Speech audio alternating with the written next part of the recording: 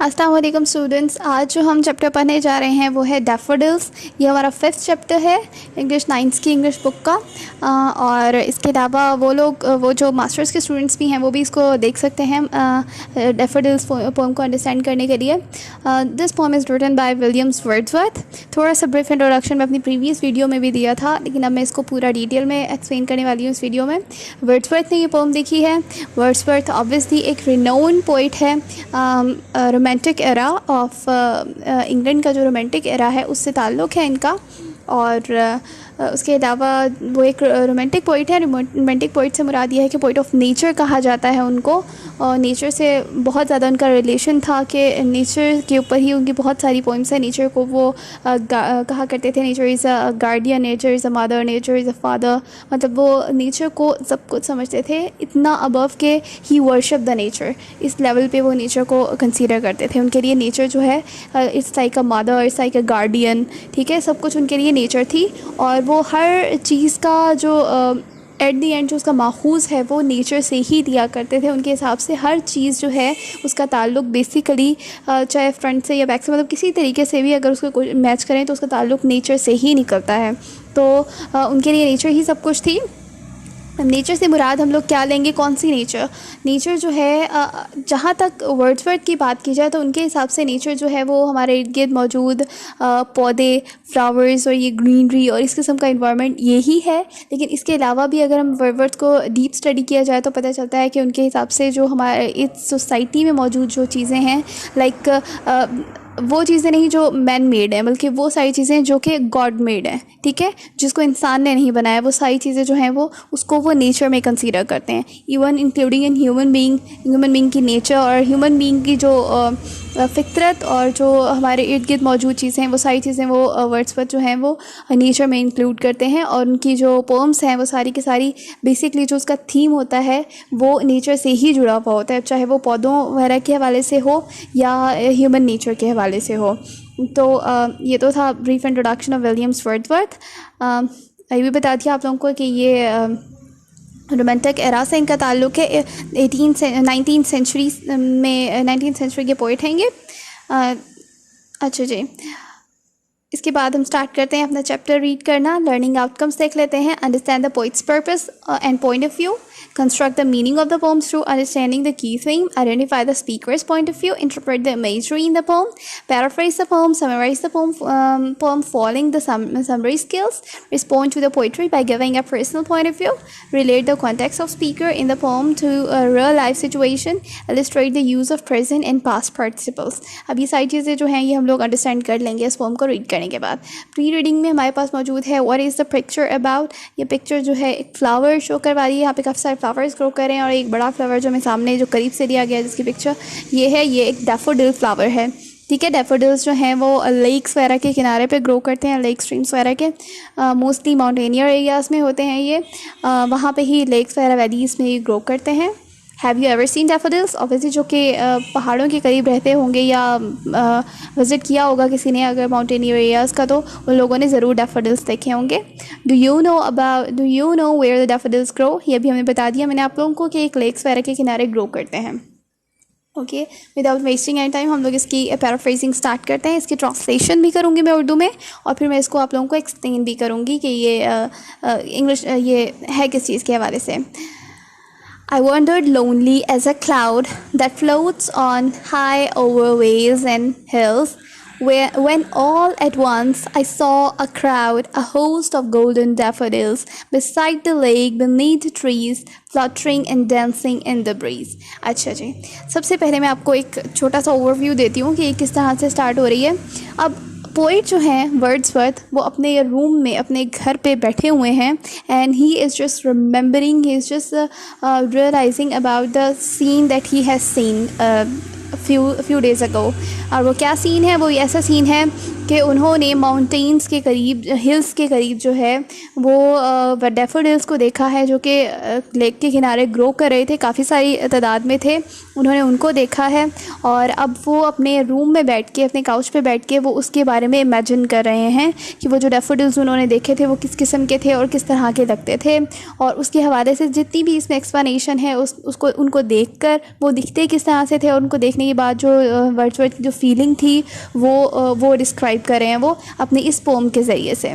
ठीक है, अब इसको ट्रांसलेट करते हैं। I wandered lonely as a cloud, मैं घूम रहा था, वॉन्डर्ड घूम रहा था, लोनली अकेला, एज अ क्लाउड, क्लाउड की तरह। जिस तरह कोई एक समटाइम्स ऐसा होता है ना कि हम लोग मानसून के मौसम में तो खासकर अक्सर देखते हैं कि कोई एक काला बादल जो होता है वो फ्लोट कर रहा होता है। अक्सर ऐसा होता है कि पूरा आसमान खाली होता है लेकिन एक छोटा सा बादल जो होता है वो फ्लोट कर रहा होता है।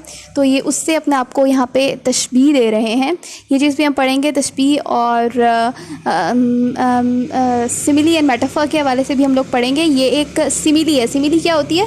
सिमिली में पोइट जो है वो किसी भी चीज़ को, किसी भी लिविंग चीज़ को किसी भी दूसरी चीज़ के साथ मुशाबहत दे रहा होता है, उसके मैच कर रहा होता है, उसे रिजेंबल करवा रहा होता है।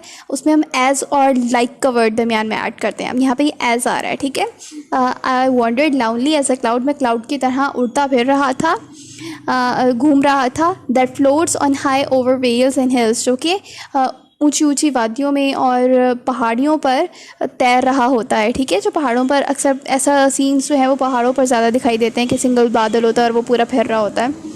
When all at once I saw a crowd, तब उसी वक्त मेरी नज़र पड़ी एक क्राउड के ऊपर। अब यहाँ पे इसने क्राउड का वर्ड यूज़ किया है। क्राउड मोस्टली हम लोग लिविंग थिंग के लिए यूज़ करते हैं, लेकिन चूँकि this is a poetry so he is using this word for a bunch of नहीं, पूरा for a group of flowers. ठीक है जी। Host of golden daffodils. अब होस्ट ऑफ गोल्डन मतलब कि एक बहुत बड़ा झुमघट्टा था, एक बहुत बड़ा वो जो हजूम था फ्लावर्स का जो इसने देखा, और वो गोल्डन कलर के डैफोडिल्स थे। Beside the lake beneath the trees, beside the lake, lake के बिल्कुल किनारे पर थे, एंड बीनीथ द ट्रीज़, और दरख्तों के नीचे थे। Fluttering and dancing in the breeze. अब फ्लटरिंग क्या है? एक दूसरे से टकरा रहे थे, एंड डांसिंग, और लहरा रहे थे, झूम रहे थे, इन द ब्रीज, हवा के अंदर। ठीक है, अब इसमें उन्होंने पूरी डिस्क्रिप्शन पहले अपने बारे में बताया है कि मैं किस तरह से फिर रहा था, मैं अकेला घूम रहा था, उस वादी में भी घूम रहे थे, और तशबीह दी है उन्होंने अपने आप को क्लाउड से। फिर उसके बाद उन्होंने उनकी नज़र पड़ी फ्लावर्स के ऊपर जो कि काफ़ी सारे थे, और वो लेक के किनारे थे, दरख्तों के नीचे थे, और वो लहरा रहे थे, झूम रहे थे हवा से। ठीक है, continuous as the star that shines. अब ये उसकी क्वांटिटी बता रहे हैं कि वो कितनी तादाद में थे। कॉन्टीन्यूस मुसलसल थे, मतलब लगातार वो उनकी लाइनें बनी हुई थी, बहुत ज़्यादा तादाद में थे। As the stars at the that shine, जैसे आसमान पे सितारे होते हैं, बहुत सारे सितारों का झुरमट होता है, उसी तरीके से ये क्लाउड्स, ये फ्लावर्स भी थे।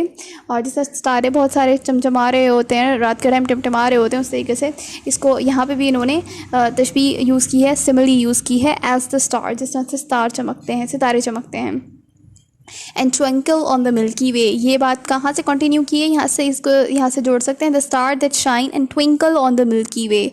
ठीक है, इस बात को हम लोग यहाँ पे जोड़ेंगे, स्टार्स के साथ जोड़ेंगे कि स्टार्स जिस तरह से मिल्की वे में, जिस तरह से आसमान पे सितारों के झुरपट में जिस तरह से वो चमक रहे होते हैं, उसी तरीके से ये फ्लावर्स भी चमक रहे थे। The stretch in never ending line, उनकी लाइन जो थी वो नेवर एंडिंग थी, मतलब वो जिस तरफ देख रहे थे हर तरफ उनको ये फ्लावर्स ही नज़र आ रहे थे, ना ख़त्म होने वाली लाइन बनी हुई थी। Along the margin of the bay. अब ये बे क्या है? यहाँ पे वैसे तो समंदर के किनारे को हम लोग अक्सर बे कह रहे होते हैं, लेकिन ये लेक के किनारे इन्होंने यहाँ पे बे कह दिया है। और इसके मार्जिन पे उनके के हिसाब से, क्योंकि पहले ही उन्होंने हमें बता दिया कि बिसाइड द लेक ग्रो करें, तो उसके किनारे पर ये बहुत बड़ी तादाद में मौजूद हैं। 10,000 saw I at a glance, मतलब एक ही नज़र में, एट अ ग्लैंस, एक ही नज़र में उन्होंने 10,000 देख लिए।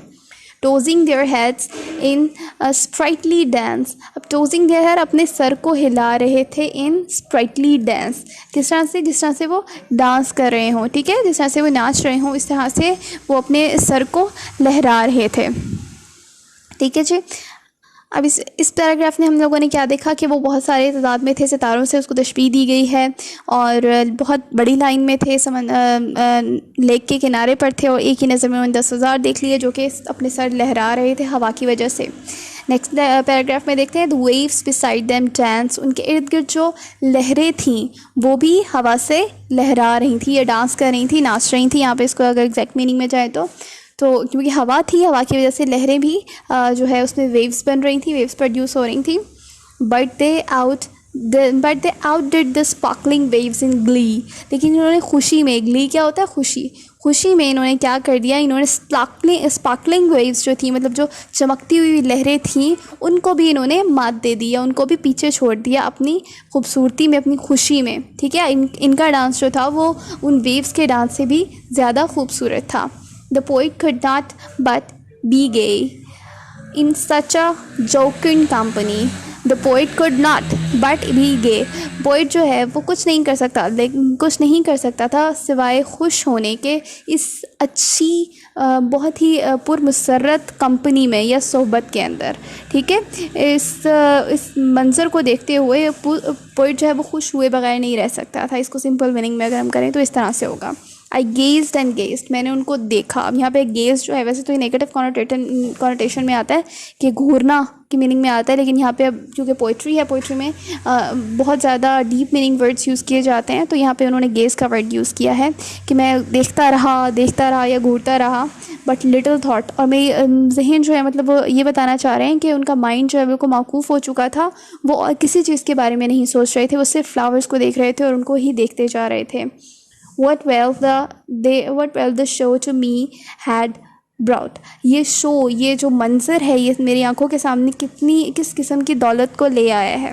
ठीक है, वो कह रहे हैं कि मैं उसको बस देखता जा रहा था और कुछ भी नहीं सोच रहा था इसके हवाले से। ये मंज़र जो है वो मेरे लिए कितनी बड़ी दौलत जो है वो लेकर आया था। ओके जी, लास्ट पैराग्राफ की तरफ चलते हैं।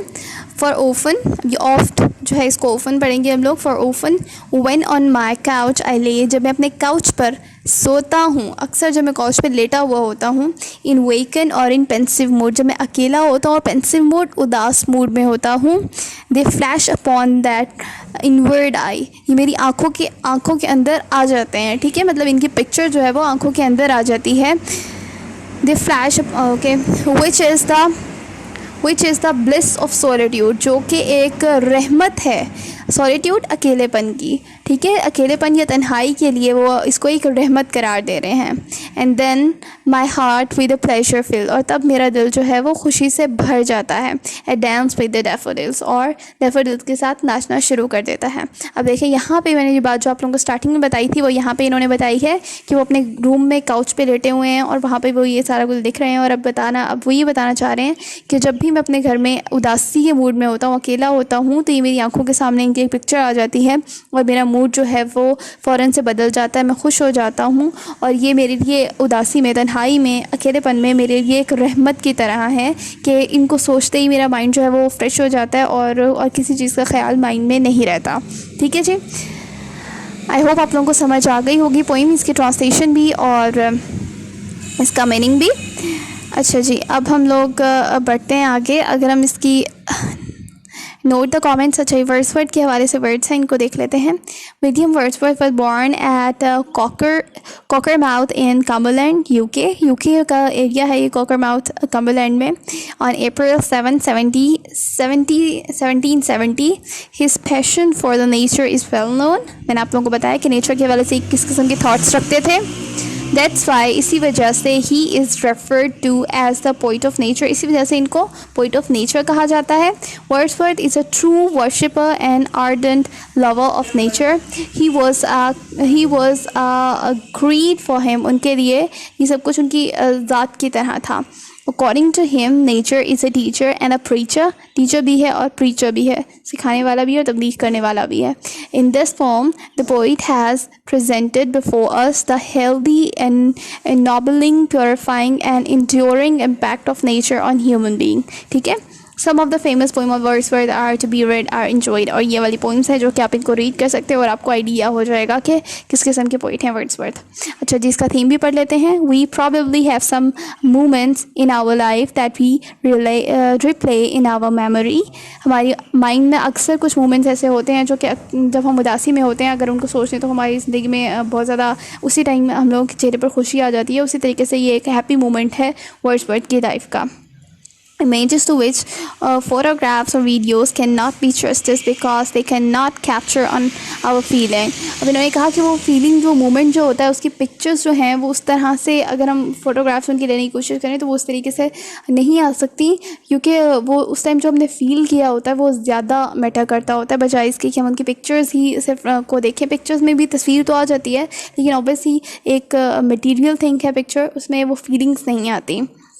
In this poem, William Wordsworth captures both the images and feelings concerned with a special moment in life. ठीक है, अब ये कैप्चर कर रहा है वो फीलिंग्स को जो कि इस स्पेशल मोमेंट ऑफ लाइफ है, इनको उसने लफ्ज़ों में बयान करने की कोशिश की है. The poem is a tribute to nature and its manifestation in all glory. All its glory. It beautifully presents before us not only the attractive and exciting beauty of the nature but also the purifying and enduring impact of it on human being. ठीक है, इसका effect जो है human being पे बहुत ज़्यादा गहरा पड़ता है. ठीक है जी, अब हम इसको अगर हम इसको पैराफ्रेज करना चाहें तो हम इस तरह से इसको कर सकते हैं. स्टार्ट करते हैं इसकी paraphrasing. I wandered lonely as a crowd that floats on high over the vales and hills when all at once I saw a cloud, a host of golden daffodils before the lake, beneath the trees, fluttering and dancing in the breeze. In this paragraph, in this verse, the poet is trying to describe us about himself, that he was wandering in the cloud when he saw a host of daffodils, a group of daffodils that were present besides the lake, and that was under the tree. They were all fluttering and dancing with the breeze. ठीक है. Then moving towards the second paragraph. Continues as the stars that shine and twinkle on the Milky Way. They stretch in never-ending line along the margin of the bay. 10,000 saw I at a glance, tossing their heads in sprightly manner, sprightly dance. In this line, in this verse, the poet is trying to describe us about the structure, the picture of daffodils that was present at that time. In front of his eyes, that the daffodils was present. They was looking like the stars that present on the Milky Way, on the sky, and as they are in a continuous manner. So daffodils was also in that continuous manner. They were at approximately 10,000 that he saw at once in a glance. They all were dancing and tossing their head. It seems that they were dancing. ठीक है. Then moving towards the next paragraph, the waves beside them dance. But they outdid the sparkling waves in glee, and poet could not but be gay in such a jocund company. I gazed and gazed, but later thought what well the show to me had brought. Okay, इस paragraph में हम इसको इस तरह से paraphrase कर लेंगे.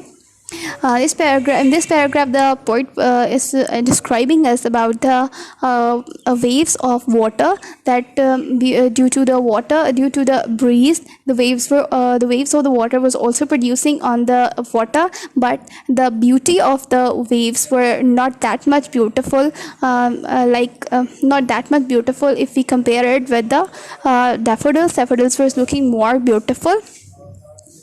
He was unable to become sad in that in that happy company, because that company was a blessing for him. He considered it a blessing for him, and he was unable to thought about anything. He was just gazing and just staring that moment. He was just lost in that moment, that he was just unable to thought about that. That is a wealth for him for his solitude. Okay, then moving towards the next paragraph. For often when on my couch I lay, I waken or in pensive mood, the flash upon at the inward eye, which is the place of solitude, and then my heart with the pleasure fills and dance with the daffodils. And this the paragraph the poet is describing us about his feeling when he lay down on the couch when in the solitude. He just think about the daffodils, the picture of the daffodils come come in front of his eyes, and he just forget about the feelings, the sadness of the bitter reality of the society. He just feels lost in he just feels himself lost in the feeling of that picture which he had seen over there under the lake and beside the lake and under the tree. and that is a wealth for him. For his solitude is the whenever he just think about that, his heart, his own heart start dancing like the with the daffodils. Okay, thank you so much. I hope you have gotten all the concept about the daffodils, and you have learned about the paraphrasing and the meaning of this poem. Thank you so much. I hope you are happy, and Allah Hafiz. Thank you so much.